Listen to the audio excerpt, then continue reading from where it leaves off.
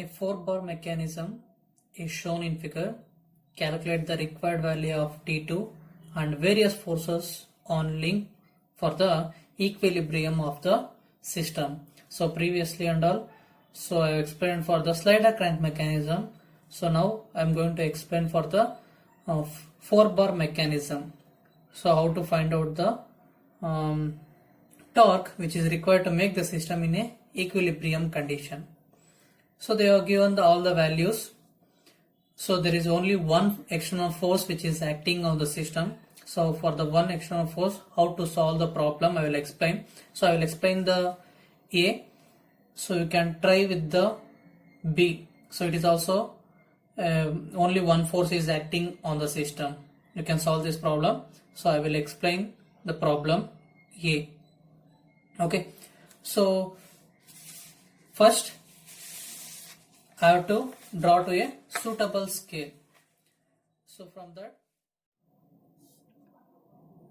scale I will consider. So based upon these values, if I consider the scale as 1:100 means, so it is very difficult to draw these lines. It is very smaller one. So I will take 1:50. So 1:50 scale I will take and I will draw this diagram. So 1:50 means, so first I will go for the AD. So AD they were given as 215. So 215 1:50 means you can use the calci also. 215 divided by 50, you will get it as 4.3. So 4.3 line I will draw.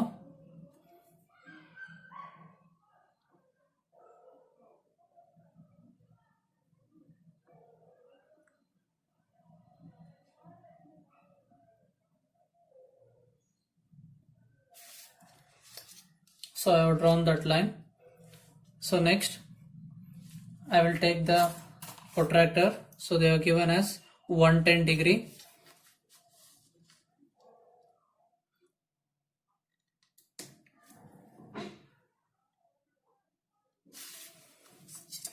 So 110 degree. The AB they are given as 200. 200 divided by 50 means you will get it as 4. So I will take the 4 centimeter.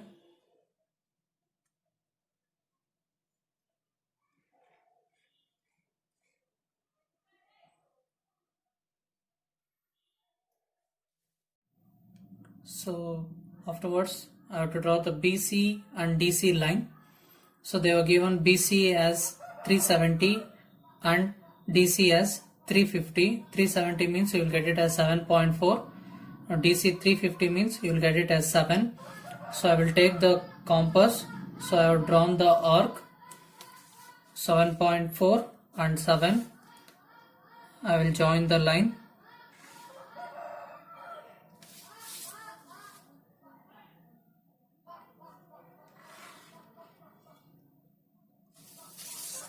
Okay, so now I will name the points.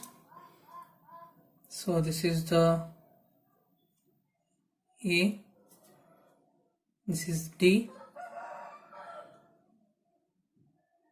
See, this line you can draw the continuous line or dotted line, it is left to you. B, this is C.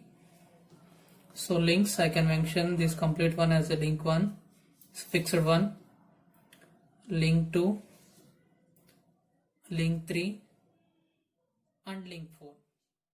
So then I have marked the point E. So it is 2 centimeters. 100 means 100 divided by 50, you will get it as 2 centimeter. For the 2 centimeter, so I have taken the 45 degree angle. So this is the force F. Okay, so I have drawn to a suitable scale. Then I will go for the free body diagram. So now I will represent the free body diagram. So I have taken the link 2, link 3 and the link 4. So when you are considering the what are the forces which are acting on the link 2, so link 2 is acted by 2 force and a torque T2, we don't know the magnitude and direction of it. So 2 force and a torque. Link 3 is acted by 2 force from the link 2 and the link 4. Link 4 is acted by 3 forces from the link 1, link 3 and the external force F. So from that we can say that link 3 is acted by only 2 forces. So that will be on the same line. Okay. So I will mention the forces which are acted on the link 3. So 2 forces are acting in the same line. That is the line of action of F23. So this is the line of action of F43. So now I have found out the line of action of F43 and F23. So from that, so I can write the free body diagram for the link 4 and the link 2. So for the link 4, so when you go for the link 4, so 3 forces are acting. One is from the link 3, second one is from the link 4 and the external force. So I know the line of action of F43 means, so I can write the line of action of F34 also, because it is in the same line.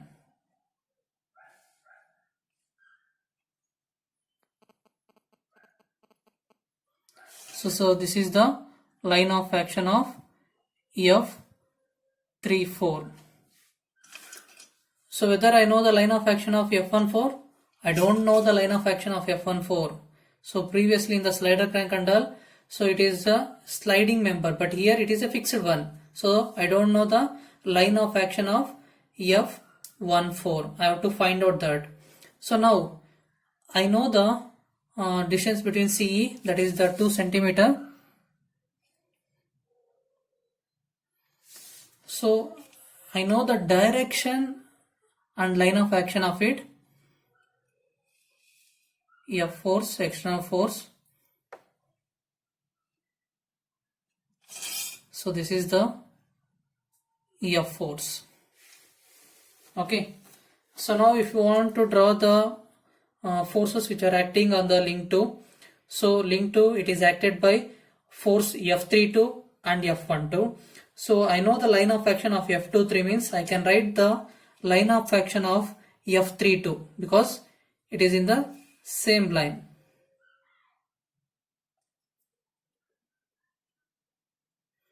But I don't know the line of action of F12. I know the line of action of F32, but I don't know the line of action of F12. So I can find out from the link 4. So from the link 4, I can find out the directions of the F34 and the F14. So for that, I will take the link 4. So I have taken the link 4. So link 4 I have taken. So the force F. Now I will extend this line. I know the line of action of F34. It is same as the line BC. Okay. So I will take that one. So both I will try to intersect at point O. So I will take the line of action of F43.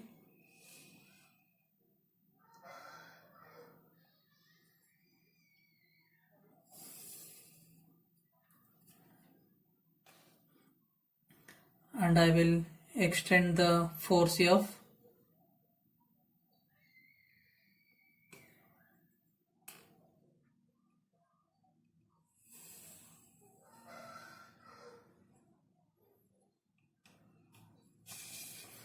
So both are intersecting at a common point. I will call it as a line point O. Okay, so it will form a little bit bigger one. So if you want a little bit smaller one means you can reduce the scale to a 1:100 only for this diagram. So if you have taken this scale to 1:100 means, so you'll get it very smaller one. So that's why I have taken 1:50 only for this diagram. You can take the scale to a 1:100 also, and you can solve that only for this diagram. otherwise you can find straight up, you can write this one. So now, so this is the F34, that is line of action of F34, and this is the force F. If I join O to D, that will give the line of action of F14.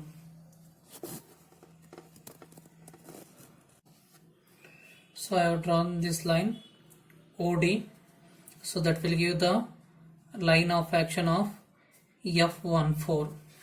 So I know the line of action of F14, line of action of F34, and the magnitude and direction of F. So then I can go for the force polygon.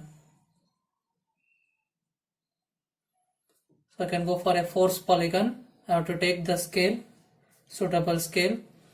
1 centimeter is equal to, based upon the F value. So F value is, so it is 2000 Newton. So based upon that, I will take it as 1 centimeter is equal to 500 Newton. So 2000 divided by 500 means you will get it as 4. So 4 centimeter force line. So this is the line of action of F. I will take the F. Exactly the 4 centimeter I will draw.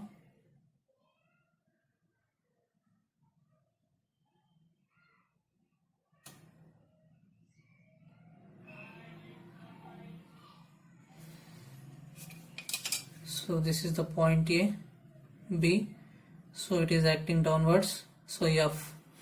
So now I will go for the line of action of F14 and then line of action of F34. So first I will go for the line of action of F34. So I will take the F34 from the point P.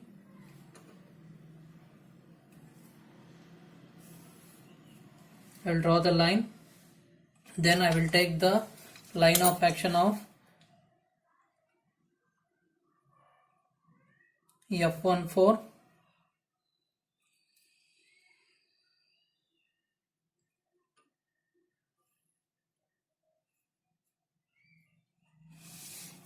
So I will erase the extra line. So it has got very smaller one. So now I can find out the direction of it. So if you want, you can take it to 250 Newton also. You'll get a little bit bigger one. So I will make the point C here. So since it is a closed polygon, so if the force F is acting like this, means another force, that is F34 will act in this direction. So F34 is acting in this direction, means so F14 will act in this direction. So now I can find out the values of F14, F34. Here in this problem, so they have asked that you have to find out the torque as well as all the forces. So you have to find the F14 as well as the F34. So I will find out the F14. So F14, you will get it as, so 1.3. So F14 is 1.3 into 500. So you will get it as 1.3 into 500, 650. Then F34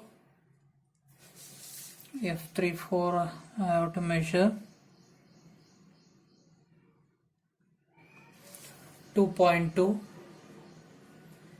into 500,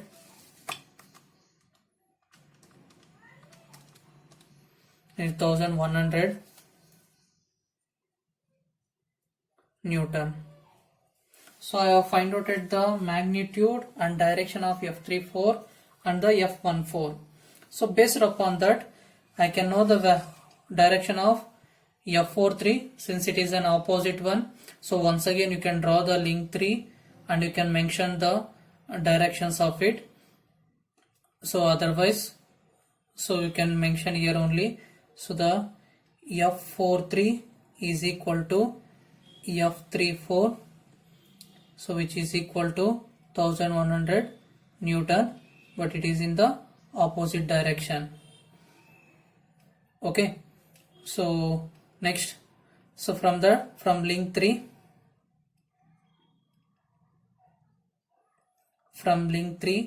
so we can say that F23 is equal to F43.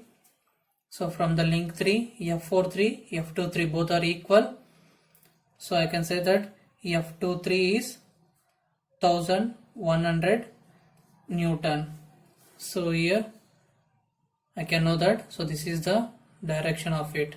So just you can mention that. Okay, once again I have to write that, and then I have to mention the directions of it. Now I will come back to the link 2. So I have to find out the torque, right? So I will come back to the link 2.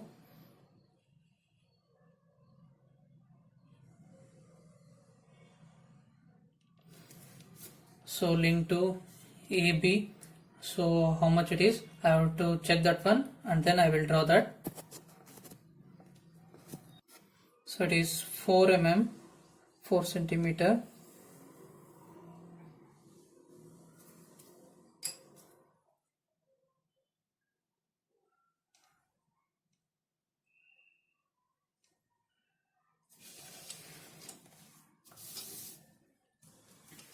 So now I know the line of action of F23. So from that I can say the line of action of F32. So it will be in the same line. So in which direction it is acting? Opposite to the F23. So it is acting upwards, means this will act downwards. So from that I can know the line of action and direction of F12, because both are equal in magnitude, opposite in direction.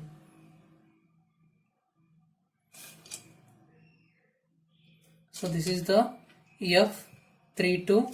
So link to F32, and this is F12.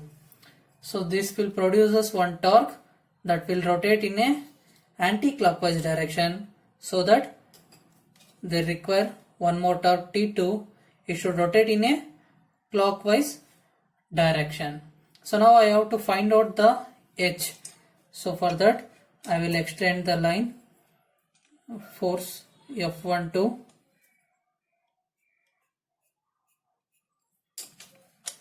I will mark one point here. Then I will measure 90 degree.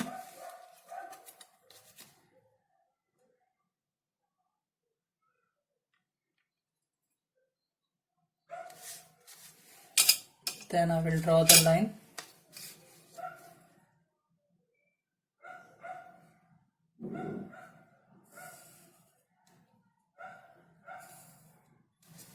I will measure that value. It is 3.9. So this is the H. So H is equal to 3.9. Scale is 50. So 3.9 into 50. 195. You'll get it as 195 mm. So which is equal to 0.195 meter. So I know the F32. What is the value of F32? F32 is same as that of the F23.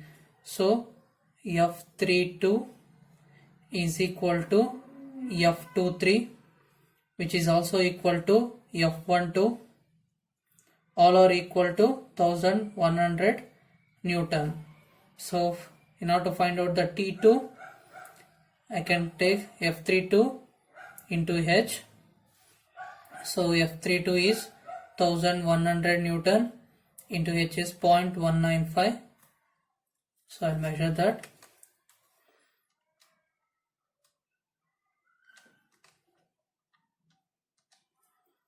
So 214.5 Newton meter is the torque which is required to make the system in a equilibrium condition.